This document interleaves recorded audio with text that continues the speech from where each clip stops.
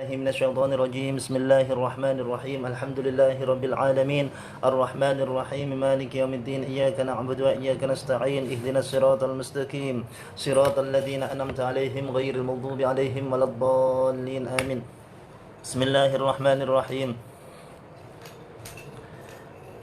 قال المؤلف رحمه الله تعالى ونفعنا به وبعلومه وأمتنا بأسراره وأعطى علينا ببركته آمين يا رب العالمين ربنا انفعنا بما علمتنا رب علمنا الذي ينفعنا رب فقهنا وفقه أهلنا وقرابات لنا في ديننا ربنا انفعنا بما علمتنا رب علمنا الذي ينفعنا رب فقهنا وفقه أهلنا وقرابات لنا في ديننا صلى الله على محمد صلى الله عليه وسلم صلى الله على محمد يا ربي صل عليه وسلم بسم الله الرحمن الرحيم فصل أي هذا فصل utawi ikilah fasal tamamus sa'adati utawi sempurnanya kebahagiaan iku mabniyun didasarkan ala salasati asya'a atas 3 perkara. Musa'adati mabniyun ala salasati asya'a. Sempurnanya kebahagiaan itu didasarkan kepada 3 hal atau 3 perkara. Yang pertama adalah iku kuwatil ghadabi, kuatnya marah. Kuwatil ghadabi, kuatnya amarah, kekuatan amarah. Wa quwwati syahwati, dan kekuatan syahwat atau keinginan. Wa quwwatil ilmi, dan kekuatan ilmu. Kesempurnaan daripada kebahagiaan itu didasarkan kepada 3 hal: kuatnya amarah, kuatnya syahwat, keinginan, dan kuatnya ilmu. Fayuhtaju, maka dibutuhkan apa an yakuna, apabila ada apa amruha, yakni perkara, apa amruha perkorone sa'adah, kebahagiaan, mutawassiton, tengah-tengah, diperlukan tengah-tengah, li'alla, supaya li'alla tazida, supaya tambah, kuwatus syahwati, kekuatan syahwat, fatukhrijahu, maka mengeluarkan apa syahwat, ila rukhsati, yakni maring keringanan. Karena orang yang betul-betul tidak memakai syahwat, maka orang itu akan mengeringankan segala hal. Wis ndak butuh apapun juga di dunia ini. Ini juga nggak bagus, ya nggak bagus. Roda perekonomian, roda transportasi, roda hukum dan lain sebagainya nggak akan berjalan. Karena tidak ada satu keinginan apapun juga, tidak adanya satu syahwat. Ya, terlalu lemah daripada syahwatnya, maka akan timbul rukhsah, yakni keringanan. Fayahlika, dan kerusakan. Kerusakan, nanti munculnya aliran-aliran manunggalin kawula Gusti, tapi yang bukan kayak Siti Jenar, bukan. Ya, tapi dia tidak punya kemakrifatan, tapi memakai kebatinan di dalam beribadah. Ini enggak boleh, ya. Ibadahnya memakai kebatinan, makannya enggak mau kebatinan. Ini yang berbahaya, ya. Kalau Siti Jenar dua-duanya bisa, ya. Ya, konsekuen. Jarane mangane kebatinan, ya. Karena ibadahnya kebatinan, ya. Karena Allah ya sudah tahu kayak gitu. Waktunya makan sesungguhnya lapar, ya Allah ya tahu kamu lapar itu, ya. Kenapa kamu makan? Nah, oleh karenanya rusak. Tatanan seperti ini akan rusak, menjadi rusak. Autazida, atau tambah, kuwatul ghadabi, kekuatan daripada marah. Fatukhrijahu, maka keluar apa kuwatul ghadab, ilal humki, ya, ilal humki. Fatukhrijahu, maka mengeluarkan kuwah itu ing qalb, jika keluar dalam hati atau tidak memakai daripada ghadab itu sendiri, maka yang terjadi adalah ilal humki, maring kebodohan. Fayahlika, maka rusak hati kamu. Tidak ada satu ghadab, itu juga enggak bagus. Tidak ada satu kecemburuan, ya. Tidak ada satu greget untuk menindak satu kemungkaran, ya. tidak ada seperti itu juga tidak bagus juga. Fa idza tawassatat, maka apabila seseorang itu bisa berada di tengah-tengahnya, tidak terlalu mengumbar daripada marahnya, tidak terlalu mengumbar daripada syahwatnya, juga tidak terlalu menghilangkan daripada syahwatnya ataukah marahnya. Apa al-quwatani, yakni kekuatan dua, syahwat dan ghadab tadi, bi isyarati quwwatil adli, maka itu adalah tanda, ya, isyarah daripada kekuatan akal seseorang. Ketika seseorang bisa menengah-nengahi antara marah ataukah tidak marah, menggunakan marah di tengah-tengah, maka yang muncul adalah kekuatan akal. Dalla, yang menunjukkan apa qalb ala tariqil hidayati, atas jalannya hidayah, dan disinilah muncul daripada hidayahnya Allah Subhanahu wa ta'ala. Sayyidina Umar itu juga marah, tetapi ketika mendengar daripada Fatimah adiknya itu membacakan ayat-ayat Al-Quran, maka marahnya itu ditekan karena ada rasa hibah sama adiknya. Terus kemudian bacaannya itu masuk ke dalam diri Sayyidina Umar, maka Sayyidina Umar di saat itu juga mendapatkan hidayah dari Allah Subhanahu wa ta'ala. Hidayah harus ada satu sentuhan, ya. Hidayah harus ada satu sentuhan. Oleh karenanya di dalam berdakwah seseorang tidak boleh terlalu keras-keras banget, ya. Orang akan lari, ya. Orang akan lari bukan malah mendekat tapi malah menjauh, ya. Bukan malah mendekat tapi malah menjauh. Tidak boleh. Hal seperti itu tidak boleh dilakukan. Dalla ala tariqil hidayah. Wa kadzalika, lan demikian itu, wal ghadabu utawi amarah. Idza zada, apabila tambah. Amarah itu ketika didominasi dalam hati, sahula, moko gampangake, ya, memudahkan alaihi, atas hati. Memudahkan untuk apa? Ketika marah itu sangat dominan, sangat berlebihan, apa adzarbu, mukul seseorang, dikit-dikit mukul.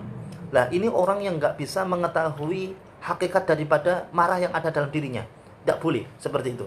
Kayak dia berjuang agama, ya, tapi dikit-dikit mukul, ya, dikit-dikit ngolok-ngolok, dikit-dikit langsung memukul perasaan, dikit-dikit memukul pakai betul-betul alat, ya. Ini juga orang yang nggak benar, ya, orang yang tidak bisa menata hati di dalam agama, tidak bisa menjalankan agama dengan sebaik-baiknya, ya, dikatakan masih belum bisa. Wal qatlu, dan membunuh, ya, dan bahkan dia rela untuk berjihad di jalan Allah Subhanahu wa ta'ala, bunuh diri, ya. Itu karena nggak sabar mau masuk surga dia, ya, nggak sabar kepingin ketemu bidadari. Padahal dia nggak tahu kalau keimanannya itu adalah didasarkan oleh nafsu amarah. Nah, nafsu amarah. Orang terkadang nggak tahu dia proses ibadahnya adalah melalui nafsu yang bersifat ghadab, ya. Dan ini yang biasa ditekankan di dalam mempengaruhi paradigma pemuda-pemuda, ya, untuk agak keras di dalam beribadah, dan ini sangat bertentangan sekali, ya, sangat bertentangan sekali dengan nilai-nilai ketasawufan, ya. Seseorang tidak boleh seperti itu. Model hal seperti ini justru malah melemahkan daripada hati seseorang itu sendiri, ya, akan menimbulkan pemukulan, pembunuhan. Wa idza naqasa, dan apabila kurang, apa ghadab, apabila kekurangan daripada marah, dhahabat, maka hilang apa al-ghairatu, yakni kecemburuan, akan hilang kecemburuan, wal hamiyatu, dan harga diri seseorang, ya. Kalau tidak ada satu ghadab, maka ketika agama ini dan itu, maka dia tidak bisa berperan apapun juga. Ini juga nggak bagus, akan hilang harga diri seseorang tersebut. Fit dini, di dalam agama, wa dunya, dan dunia. Wa idza tawassata, dan apabila tengah-tengah, ya. Wa idza tawassata, dan apabila tengah-tengah, memilih jalan tengah, kana sabru, maka ada apa as-sabru, sifat sabar, wasyaja'atu, dan sifat pemberani. Dan ini yang dilakukan oleh para sahabat Nabi, ya. Karena dia bisa menggunakan egonya, juga tidak pernah melepas daripada egonya, tidak pernah menaikkan daripada egonya. Ketika syariat itu muncul, maka apapun yang disuruh oleh syariat, dia muncul satu keberanian, dia muncul satu kesabaran jika dia itu mengalami satu kesulitan, mengalami satu kesusahan. Sabar sangat dibutuhkan. Adanya marah yang ditekan oleh ilmu, yang dimiliki oleh akal, yang diinstruksikan oleh hati, maka itulah jadi sifat sabar. Ya, nanti saya terangkan pelan-pelan, yang saya maknai dulu. Wasyaja'ah, dan muncul satu sifat pemberani. Wal hikmatu, dan kebijaksanaan, muncul kebijaksanaan. Wa kadza syahwatu, wa kadzalan koyok mengkono-mengkono, ya. Wa kadzalan koyok mengkono-mengkono al-ghadab, apa asyahwatu, keinginan. Idza zadat, apabila melebihi batas. Karena maka ada iku al-fisku fasik, justru malah merusak daripada agama itu sendiri. Wal fujur dan lacut, wal fujuru dan lacut. Ya, lacut enggak, sudah tidak terkontrol. Wa inna qasat, dan apabila kurang, kana maka ada apa al-ajzu lemah, wal futur dan kenduh, wal futur dan kendor.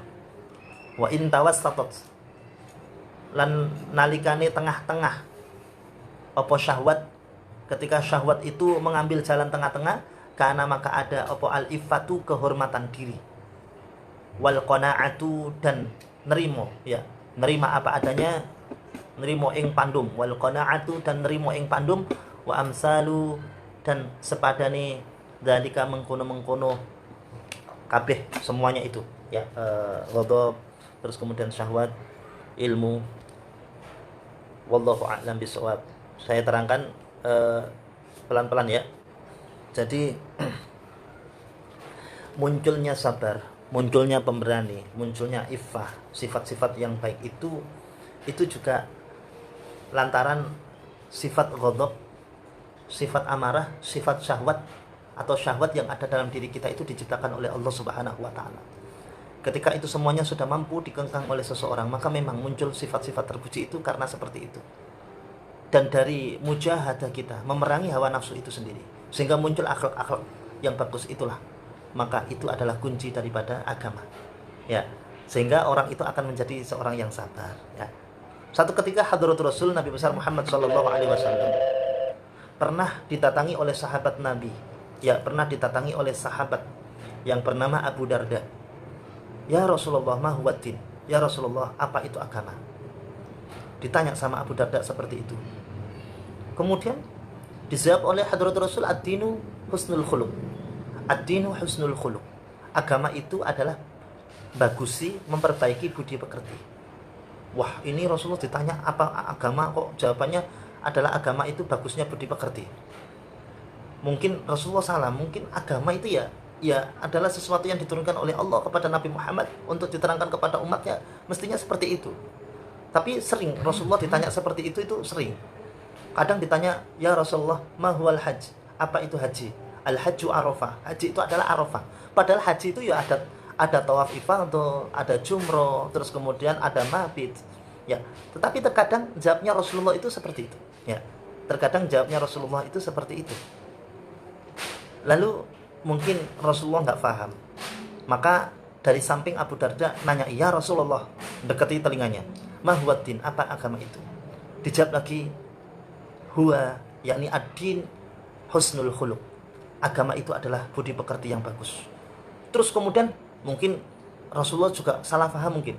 Maka Abu Darda di belakangnya Rasulullah bertanya lagi, ya Rasulullah, ma huwa din? Dijawab lagi, ad-dinu husnul khuluq.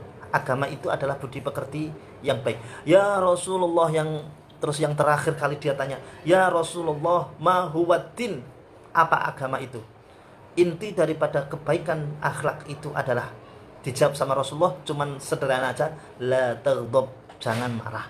La taghdab, jangan marah. La taghdab, jangan marah.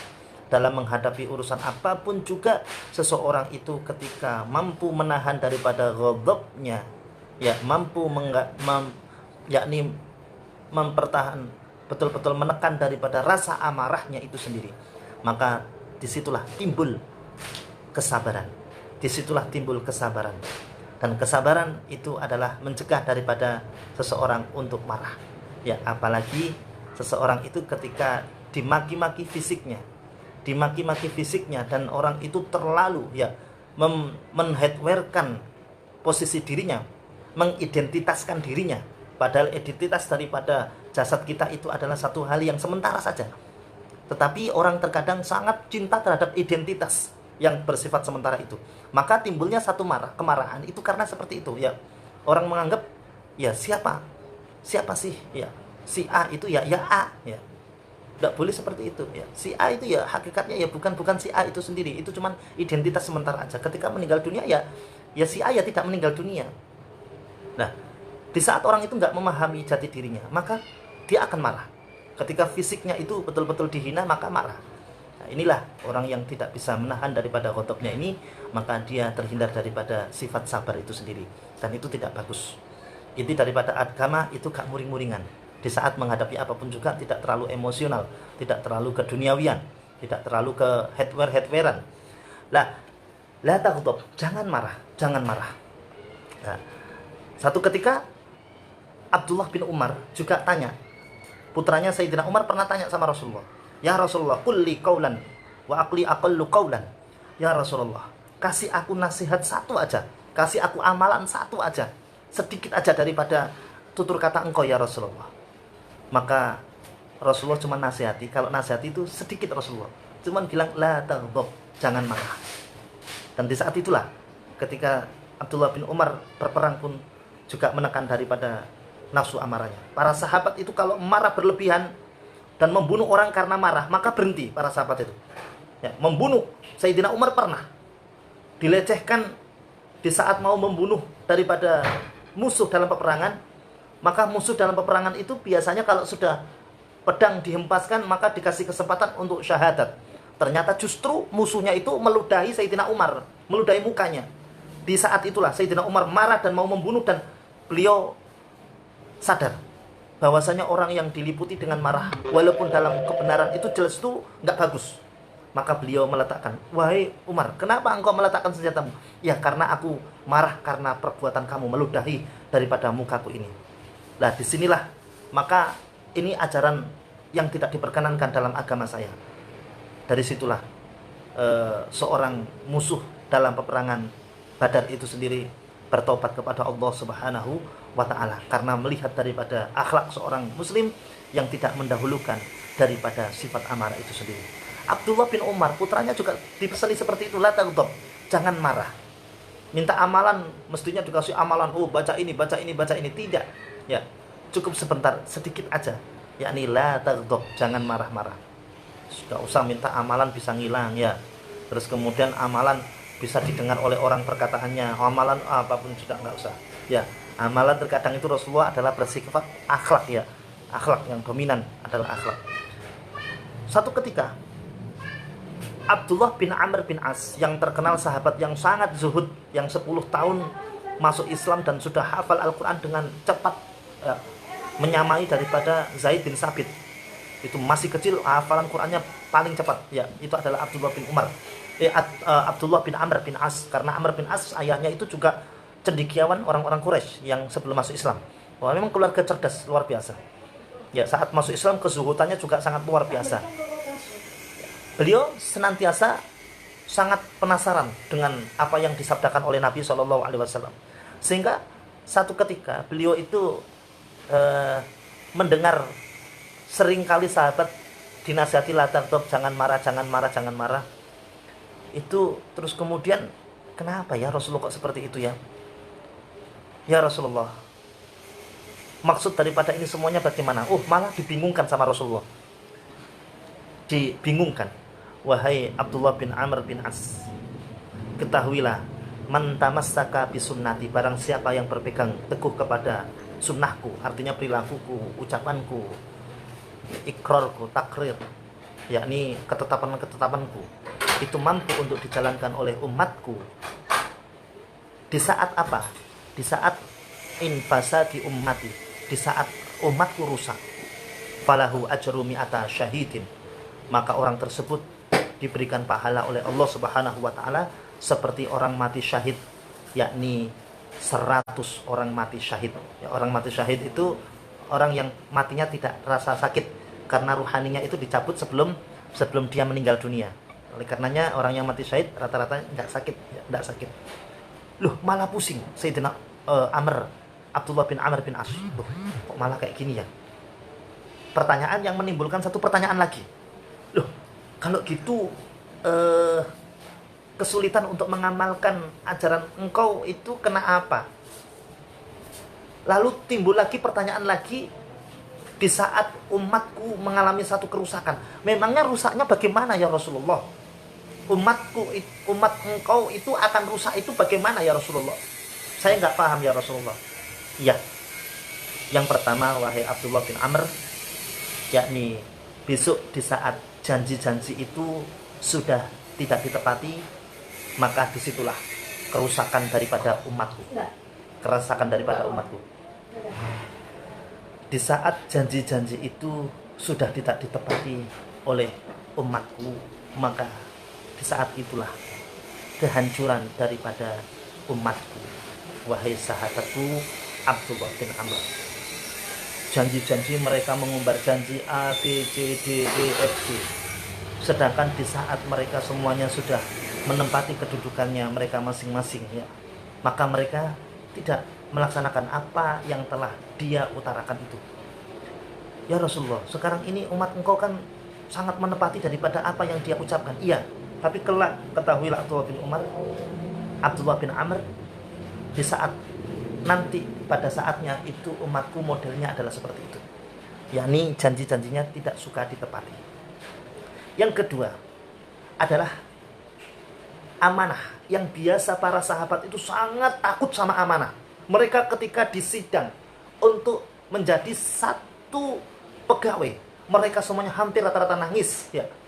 Tapi di saat akhir-akhir nanti, maka umatku menganggap amanah itu enteng sekali, sehingga mereka sangat berebut sekali menjadi pemimpin, menjadi satu hal yang itu merupakan amanah bagi orang banyak. Mereka semuanya justru berani merebutkan itu semuanya. Dan itu dirasa kalau sekarang zamannya sahabat itu adalah sangat berat sekali. Tapi umat besok dia menganggap itu adalah hal yang sangat enteng sekali, amanat itu. Yang ketiga, yakni manusia itu kehidupannya semakin semrawut. Semrawut, ya, sudah tidak tahu aturan. Sudah tidak tahu aturan, diatur sudah tidak mau. Mereka semuanya sudah tidak taat sama aturan-aturan yang ditetapkan oleh ulama maupun pemerintahan, umarok maupun ulama. Ketika sudah model-model umat yang semrawut seperti ini, maka disitulah umat itu menjadi fasad. Umat itu sudah menjadi rusak. Yang keempat adalah di saat orang laki-laki bersama dengan temannya dan sudah menganggap bahwasanya temannya itu adalah orang yang tidak bisa dipercaya lagi. Tidak ada kalimat teman di dalam pergaulan itu, sebagaimana para sahabat Nabi Shallallahu Alaihi Wasallam, di saat teman itu betul-betul seperti saudara, ya, di saat memberi adalah hal yang terbaik yang dimilikinya, yang disenanginya. Tetapi di saat umatku rusak, itu adalah teman, tidak ada teman itu yang sejati, ya, tidak ada teman. Menganggap bahwasanya teman itu akan membegal dirinya, tidak akan bisa dipercaya. Sekarang dia berteman, besoknya pindah lagi ke tempat lain mencaci dan lain sebagainya. Itu kurang bisa dipercaya satu sama lainnya. Dan yang kelima adalah di saat kasirun khutbah, banyak orang yang penceramah-penceramah, banyak orang yang penceramah-penceramah. Keilmuannya tidak bisa, keilmuannya sederhana, keilmuannya bahkan tidak memumpuni apapun juga, tetapi banyak sekali penceramah-penceramah. Syekh-syekh dadaan mendadak ceramah sana kemari, dan itu semuanya wa qalilun ulama, dan sedikitnya ulama. Sedikit ulama. Kalau dahulu banyak sekali ulama, betul-betul mengajar. Ulama itu betul-betul mengajar, mengurangi daripada pidato. Akan tetapi di saat banyak sekali yang lebih mengutamakan daripada pidato itu sendiri dibandingkan dengan mengajar, maka di saat itulah kasirun khutbah wa qalilun ulama. Di saat itulah maka terjadi satu kerusakan di umatku ini. Yang keenam, banyak seorang yang suka meminta-minta. Jarang sekali orang itu yang suka memberi. Orang itu pada suka meminta-minta, mentalnya meminta-minta, padahal dia termasuk orang yang butuh. Akan tetapi ketika melihat orang itu dikasih, dia iri. Dia bermental untuk menjadi seorang sa'il, ya, menjadi seorang peminta-minta.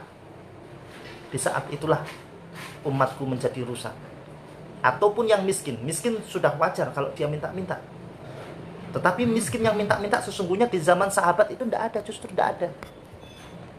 Orang-orang miskin pada meminta-minta, mereka semuanya anti. Mereka semuanya biasa-biasa saja. Ketika dalam keadaan miskin, mereka sabar dengan kemiskinannya itu dan tidak pernah mengeluh kepada siapapun juga. Mereka yang kaya dengan kesadaran diri, menyumbang dan lain sebagainya dengan kesadaran diri. Disinilah adanya satu iffah, adanya satu kehormatan. Akan tetapi di saat akhir-akhir orang miskin tidak sabar, menjadi satu peminta-minta, itu dikarenakan tidak sabar. Ghadabnya, syahwatnya itu lebih dominan, sehingga mengalahkan daripada ilmunya, mengalahkan daripada akalnya, dan mengalahkan daripada hatinya. Padahal innal mala mali wal fuqara iyali. Sesungguhnya harta itu ya hartaku, yakni firman-Nya Allah dalam hadis qudsi, wal fuqara iyali, dan orang-orang fakir itu adalah keluargaku. Orang fakir itu adalah keluarganya Allah.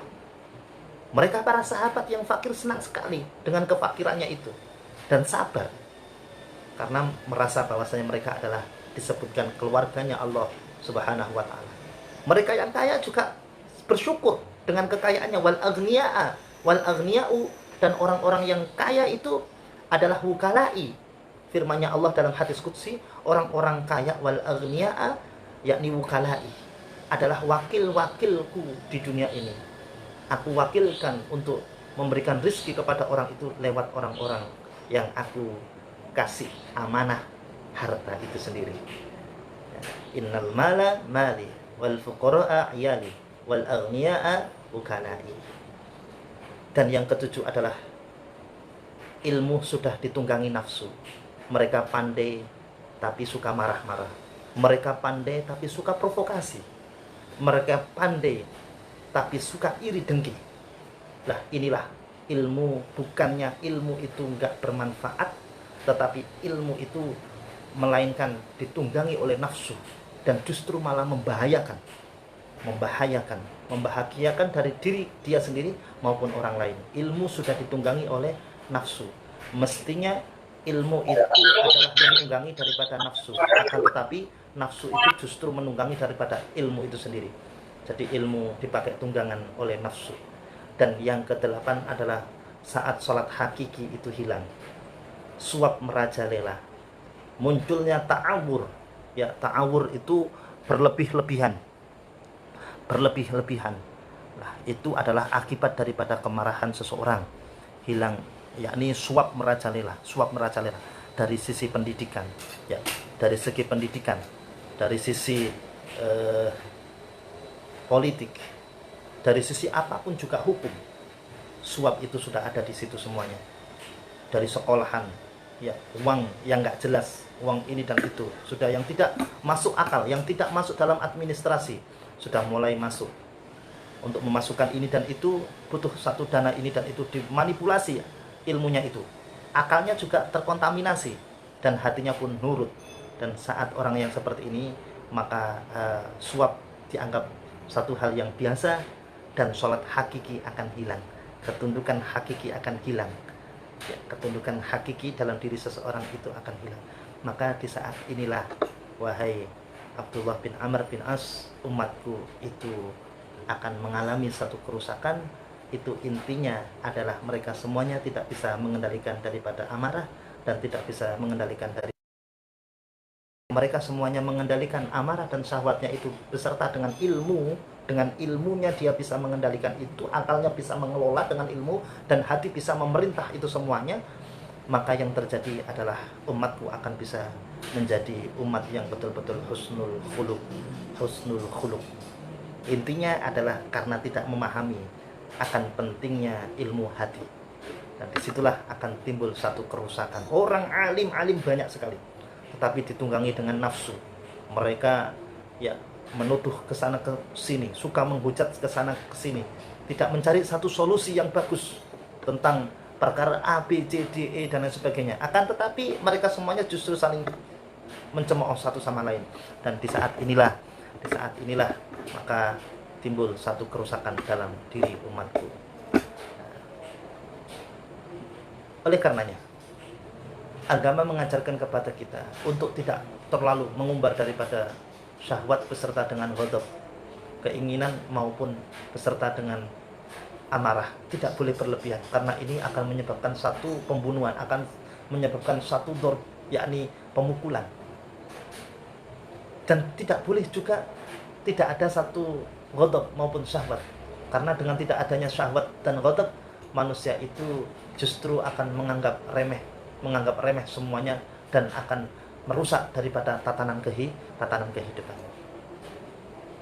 Makna daripada sabda Nabi Shallallahu Alaihi Wasallam, yakni yang umat yang disenangi oleh Hadratul Rasul Nabi besar Muhammad Shallallahu Alaihi Wasallam adalah umat yang wa'ausatuha, yang memilih tengah-tengah.